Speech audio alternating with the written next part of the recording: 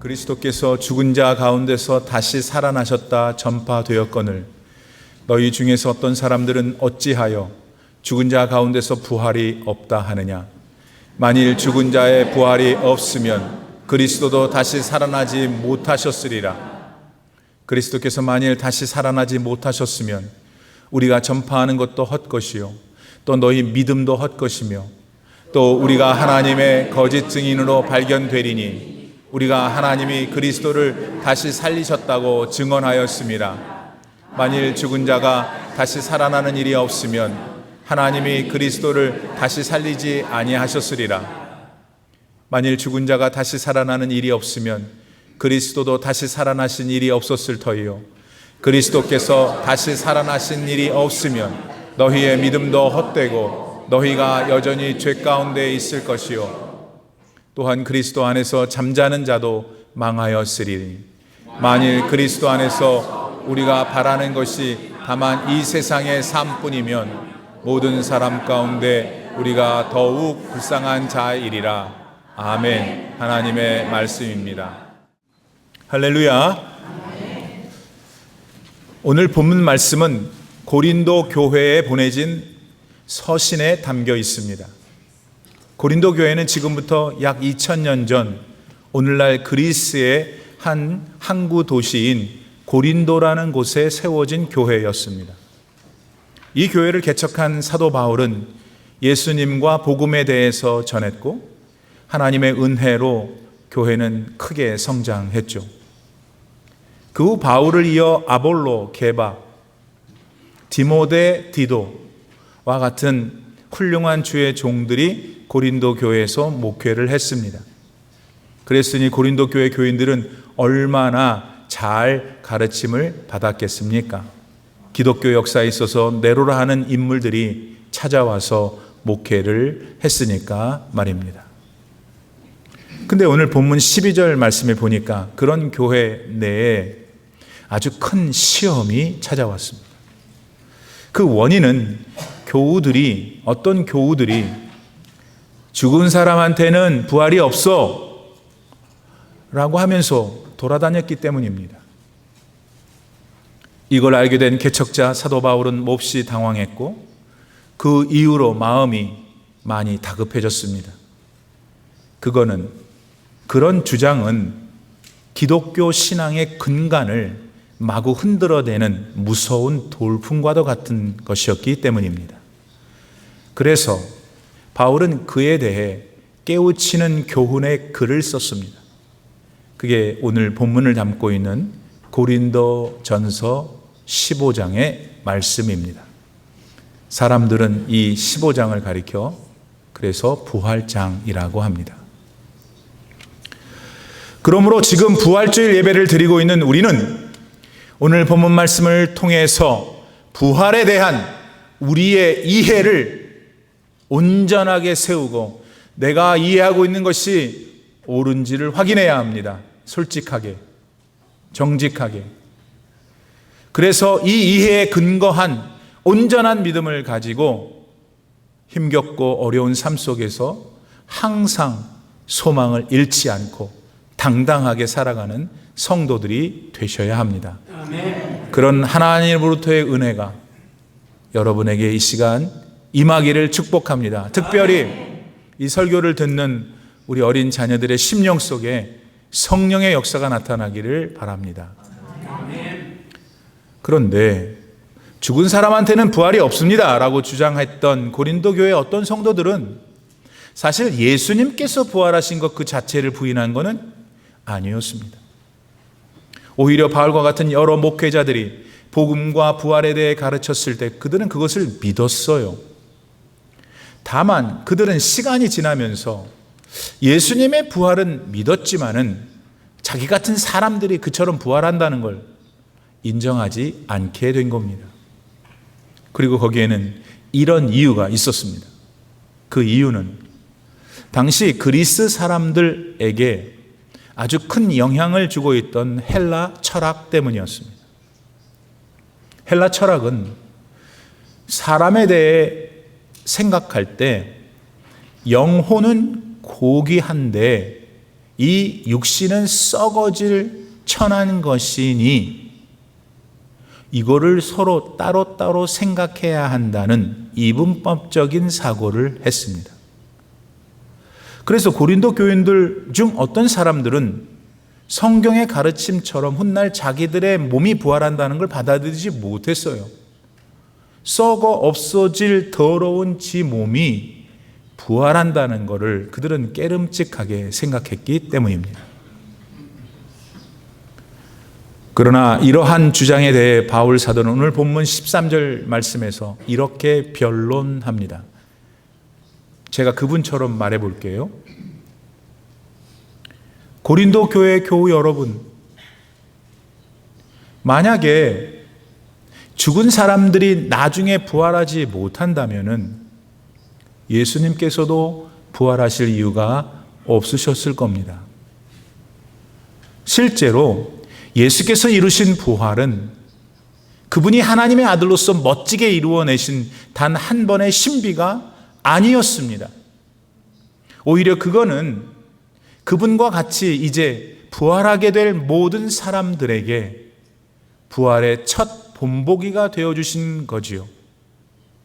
따라서 부활의 첫 열매로 예수님께서 부활의 테이프를 끊으셨는데 그 뒤를 이어 부활해야 할 사람들이 부활하지 못한다면 그렇게 어처구니 없는 일이 또 어디 있겠습니까? 이렇게 말하면서 바울은 계속해서 본문 14절 말씀에서 부활에 대해 이렇게까지 말합니다. 제가 그분을 흉내내죠. 고린도 교회 여러분, 만약에 예수께서 부활하지 못하셨다면 그동안 우리가 설교한 모든 것은 다 헛것입니다. 그러니 그걸 들으면서 갖게 된 여러분의 믿음도 역시 다 헛것이 되는 것이죠. 사랑하는 여러분, 이러한 말씀들 속에서 결국 바울은 뭘 깨우치려고 했던 걸까요? 그건 다름이 아니라 부활은 우리 기독교 믿음의 정수라는 겁니다. 다시 말해서 부활이 없으면은 기독교라고 하는 우리 믿음의 집은 하루아침에 와르르 무너져 내린다는 겁니다. 여러분, 실제로 기독교라고 하는 믿음의 집은 여러 가지 구성 요소들로 이루어져 있습니다. 눈에 보이지 않으시는 하나님에 대해 공부를 해가지고 하나님은 어떤 분이다 정리해 놓은 걸 어려운 말로 신학이라고 합니다. 그러니까 신학이 구성 요소죠. 거기에 더해서 선교도 있고 봉사도 있고 직분도 있고 성령의 은사 같은 요소들도 있습니다. 그러니까 이 모든 것들의 요소들이 잘 조화를 이루어서 함께 작용할 때 든든한 믿음의 집이 되는 거죠. 이렇듯 기독교 믿음은 아주 세심하면서도 정교한 어떤 체계를 가지고 있습니다. 그러나 만약 그 체계 가운데 있는 어떤 한 요소가 흔들리면 다른 모든 것들은 쉽게 무너져 내립니다. 그만큼 이 요소는 아주 강력하며 가장 중요한 요소이죠. 그렇다면 그 요소는 뭘까요, 여러분? 그건 바로 죽은 자가 다시 살아나는 부활입니다. 아멘. 지금 여러분은 이러한 부활을 정말 그렇게 중요한 신앙의 핵심으로 삼고 계십니까? 아멘. 그래서 세상의 가치가 전부인 것처럼 주장되는 환경 속에서도 세상의 가치가 전부인 것처럼 주장되는 환경 속에서도 다가오고 있는 하나님의 나라에서 영생할 것을 잊지 않고 소망하며 살아가고 계십니까? 아멘. 지금 이 시간 그 믿음이 여러분 안에 흔들림 없이 자리 잡아 담대하게 기쁨으로 감사하며 살아가시는 여러분 되기를 축복합니다. 아멘. 여러분, 이제는 이 부활과 연관된 다른 요소인 십자가에 대해 생각해 보겠습니다. 우리는 항상 십자가에 대해 듣고, 그래서 십자가에 대해 늘 긴장된 마음을 가지고 있는 게 사실입니다.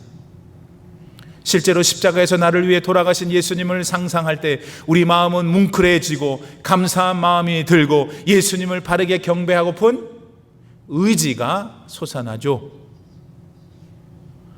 그러나 엄격히 따지면 예수님의 십자가는 우리 기독교 신앙의 가장 결정적인 근간이 아닙니다. 오히려 부활이 보다 더 핵심입니다. 이해 놀라셨죠? 그러나 이건 사실입니다. 자, 보세요, 여러분. 예수님의 제자들이 십자가에 달리신 예수님을 보았을 때 어떻게 했습니까?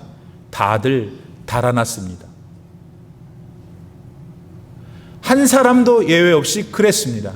게다가 그들 중 하나였던 가룟 유다는 아예 예수님을 배반하고 팔아먹기까지 했지 않습니까? 근데 그랬던 그들이 돌아와서 목숨을 아까워하지 않고 예수님을 증거한 때가 언제였습니까? 우리 구주 예수님께서 죄와 사망의 권세를 이기시고 부활하신 것을 봤을 때였습니다. 그런가 하면은 우리 기독교 신자들의 마음에 거하시면서 항상 선한 길로 인도하시는 성령님은 항상 우리들에게 은사를 주시는데 또 진리에 거하도록 교훈하시는데, 근데 이 성령 하나님도 예수님께서 부활하신 다음에 우리 가운데 임하셨습니다. 아멘. 오순절 그 다락방에 내려오신 때가 바로 주님께서 부활하신 후에 일어난 일이지 않습니까? 이렇게 부활은 우리 기독교 신앙의 근간입니다. 그런데 지금 본문에서 어떤 성도들이 부활이 없다고 하니 바울이 얼마나 놀랐는지 모릅니다. 여러분, 이 시간 우리들 가운데 부활을 믿지 못해서 우리 예수님을 놀라게 하는 분들이 없기를 바랍니다. 한편 부활이 없다고 주장하는 사람들에 대하여 본문 17절 말씀이 주시는 의미가 있는데 그것에 대해서도 우리는 주목해야 합니다. 이 말씀에서 바울은 이렇게 말하고 있습니다. 고린도 교회 여러분, 만약에 예수님께서 부활하지 않으셨다면 지금 당신들이 가진 믿음은 다 가짜입니다. 내용물이 하나도 없는 빈 껍데기죠. 게다가 여러분은 여전히, 잘 들으세요, 죄의 굴레에서 자유롭지 못한 상태에 있는 겁니다. 예수님이 부활하지 못했고 우리도 부활하지 못한다면 그대들은 여전히 죄가 억누르고 있는 그 상태라는 것입니다. 여러분, 우리가 교회를 다니면서 생각하고 말하는 믿음이라는 게 뭡니까? 내가 바라는 것들을 기도하면 하나님께서 들으시고 축복해 주실 것이라는 그걸 확신하는 게 믿음입니까? 아닙니다. 왜? 그런 믿음은 타 종교나 심지어 무속신앙에도 있는 것이니까요. 우리 기독교 신앙에 있어서 믿음은 나는 죄인인데 예수 그리스도의 십자가 대속으로 내 죄가 다 용서받았기 때문에 나는 하나님의 자녀가 될 수 있었습니다. 입니다.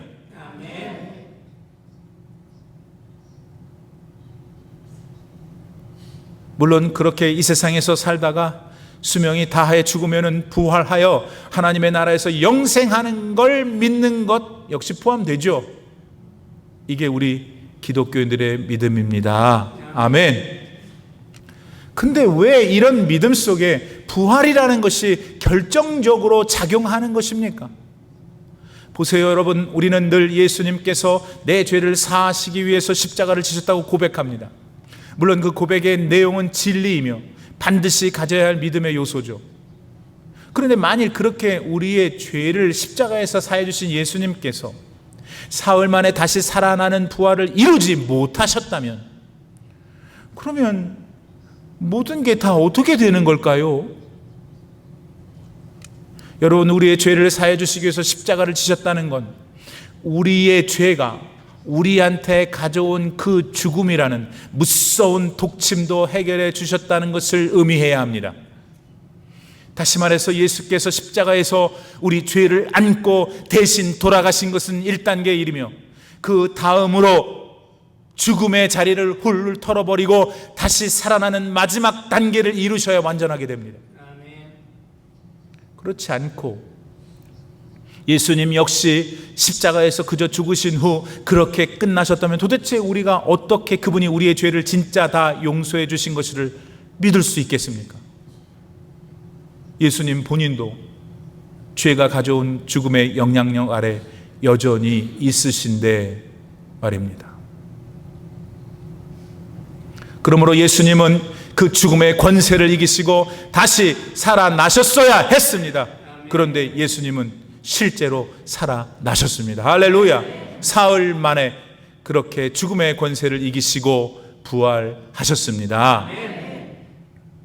그러므로 우리의 믿음은 우리가 죄 가운데 있지 않음을 확신하고 있어야 합니다. 지금 여러분은 그러하십니까? 그건 여러분의 믿음이 십자가와 부활을 모두 온전하게 받아들이고 소망하며 지금 누리고 있다는 겁니다.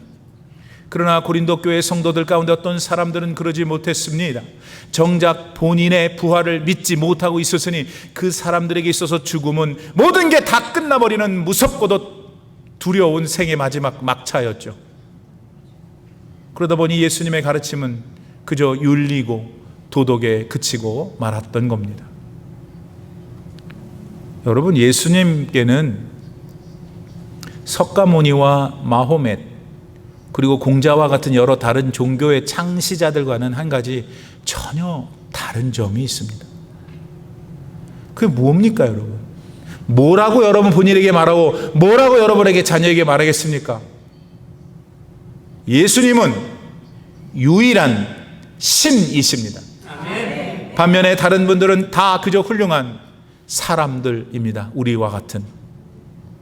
이걸 여러분은 지금 믿고 계십니까? 여러분, 우리가 예수님을 믿는다고 할 때 여러 선택지가 있었는데 예수님께서 다른 종교 창시자들과 이렇게 내가 보니까 이 사람이 제일 그렇듯해서 믿는 것은 안 됩니다. 그거 왜 그렇습니까?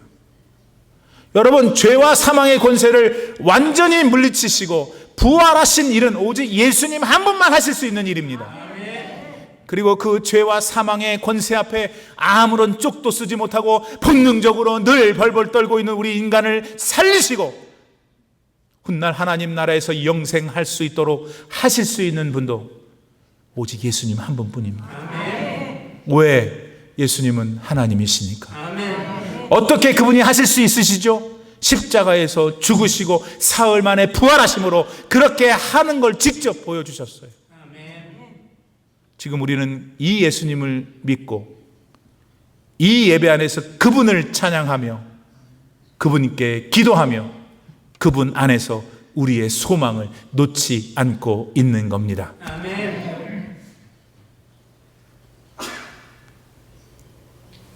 끝으로 바울은 죽은 자의 부활은 없습니다 라고 주장하고 돌아다니는 사람들을 향해 본문 18절 말씀에서 이렇게 말합니다. 만약 네가 하는 말이 맞다면 지금 그리스도 안에서 잠자고 있는 나도 다 망할 것이다.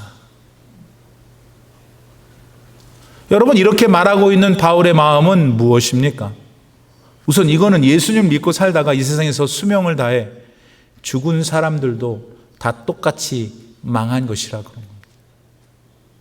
정말 누가 주장하는 대로 죽은 사람의 부활이 없다면 그렇다고 하는 겁니다. 근데 바울이 말하려는 건 그게 아니라는 거지 않습니까? 지금 망하지 않았다는 걸 말하려고 하는 거 아닙니까, 여러분?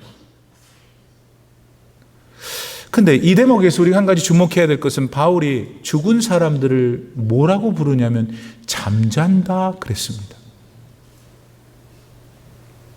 여러분, 바울이 죽은 자를 왜 잠자는 자라고 말했을까요? 잠잔다는 것은 깨는 걸 전제해야 됩니다. 아멘. 맞습니까? 아멘.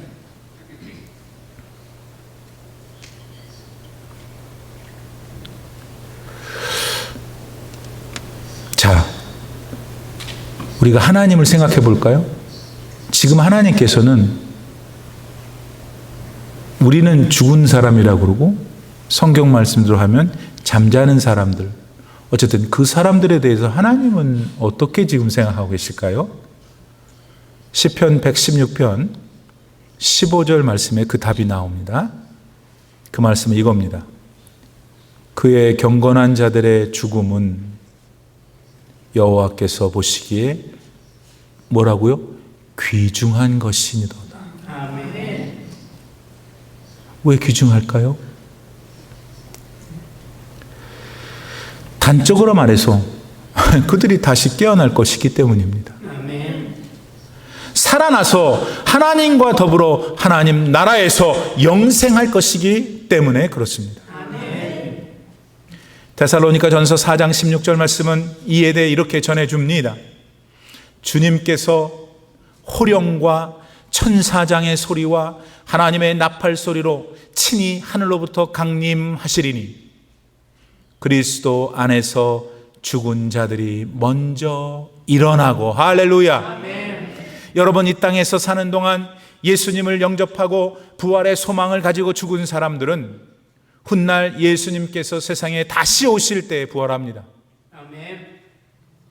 그리고 아픔도 없고 슬픔도 없으며 고통도 없고 괴로움도 없는 천국에서 영원히 행복하게 살게 됩니다. 아멘. 그런데 이렇게 믿음의 사람들만 부활하는 게 아니라는 걸 오늘 다시 외워야 합니다. 기억해야 합니다. 이 세상에서 사는 동안 예수님을 거부하고 웃기네, 지가 세상에서 내놓을 게 없으니까 그냥 뭐라도 붙어 잡아야 되니까 믿는 예수, 웃기네, 저 교회 다니는 것들. 이 세상에 사는 동안에 예수님을 거부하고 세상의 가치와 본인 자신을 믿고 살았던 사람들도 예수께서 재림하실 때 다시 깨어납니다. 아멘. 그러나 그들은 다시 깨어나지만 정죄를 받습니다. 심판을 받습니다. 계속 괴로운 삶을 삽니다. 슬픔과 고통과 분노로 인한 이를 감히 영원히 지속되는 부활을 그들도 갖게 되는 것이죠. 근데 이런 사실들을 들을 때 어떤 분은 속으로 콧방귀를 낍니다. 아이고, 웃기는 소리 하네.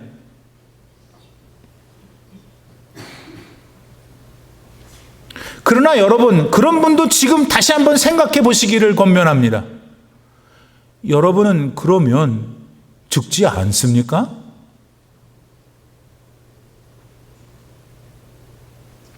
여러분이 지금 예수님을 무시하고 여러분의 철학과 여러분의 가치와 여러분의 지혜를 믿으며 살아도 언젠가는 죽습니다. 뭐 그 후에는 나 알 바 아니에요. 입니까? 그런 당신은 지옥에 갑니다. 이거는 단순한 위협이나 윽박지름이 아닙니다. 내가 뭐가 답답해서 여러분을 윽박질합니까? 이거는 일어날 일에 대한 하나님의 말씀이고 말씀이 그렇게 가리키기에 전하는 것입니다. 아멘. 여러분, 부활은 우리 인간들이 서로를 위로하고 고안해낸 그런 어떤 개념이나 철학이 아닙니다. 교리가 아닙니다. 우리 인간과 모든 피조물들을 창조하신 하나님의 구원 방법입니다. 따라서 부활을 믿지 않는다는 것은 천지 만물과 본인 자신을 만드신 하나님과 한번 해보자는 무모하고 어리석은 짓입니다. 이걸 알아들었으면서도 누군가 그렇게 계속하려고 한다면 도대체 그분들은 왜 그러시는 걸까요? 사랑하는 성도 여러분, 사실 오늘과 같은 부활주일이 알게 모르게 더 이렇게 기분이 좀 격상되고, 오늘 기분이 좋으셨죠? 오실 때. 잘 몰라요, 왜 그러는지. 또 뭐 완벽하게 막 믿어서 그런 것도 아닌 것 같고. 그러나 죽음으로 내 인생이 다 끝나는 게 아니구나 하는 부활의 진리의 말씀이 우리 가운데 있기 때문이에요. 아멘. 솔직히 이 세상에서와는 달리 행복하기만 해. 즐겁기만 해. 여러분이 동감하시기 바라요. 막 살기 위해서 일하지 않아도 돼요.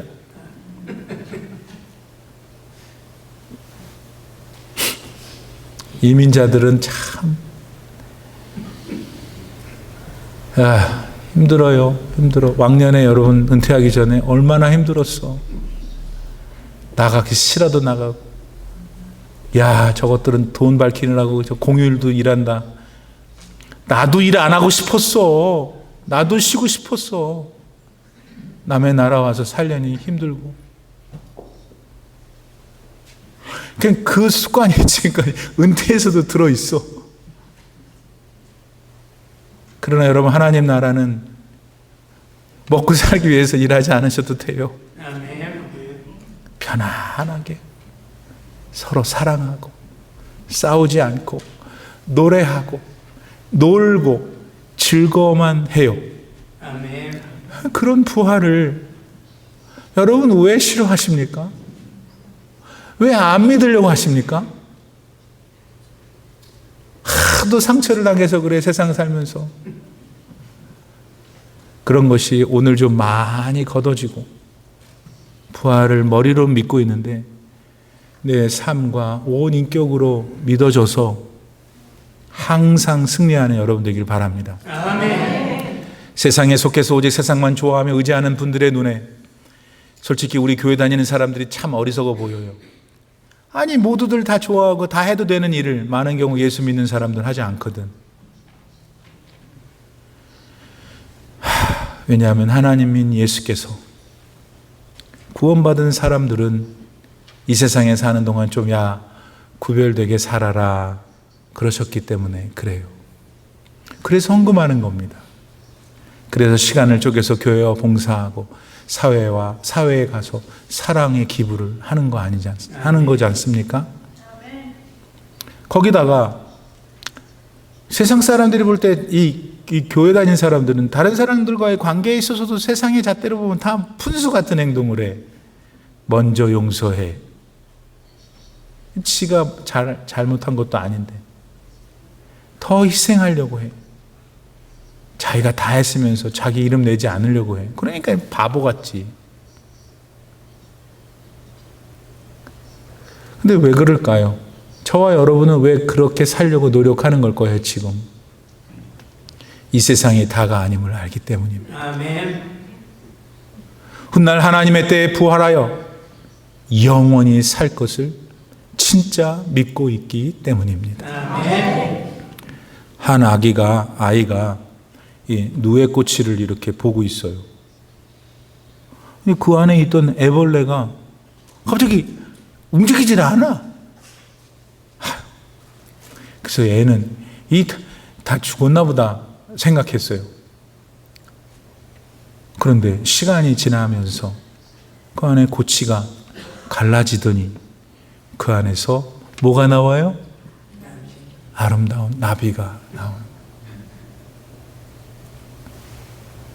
애벌레는 사라진 것이 아닙니다. 거기 있었습니다. 죽어 잠자는 존재들은 뭐지? 안 움직여. 다 없어졌나 봐. 입니다.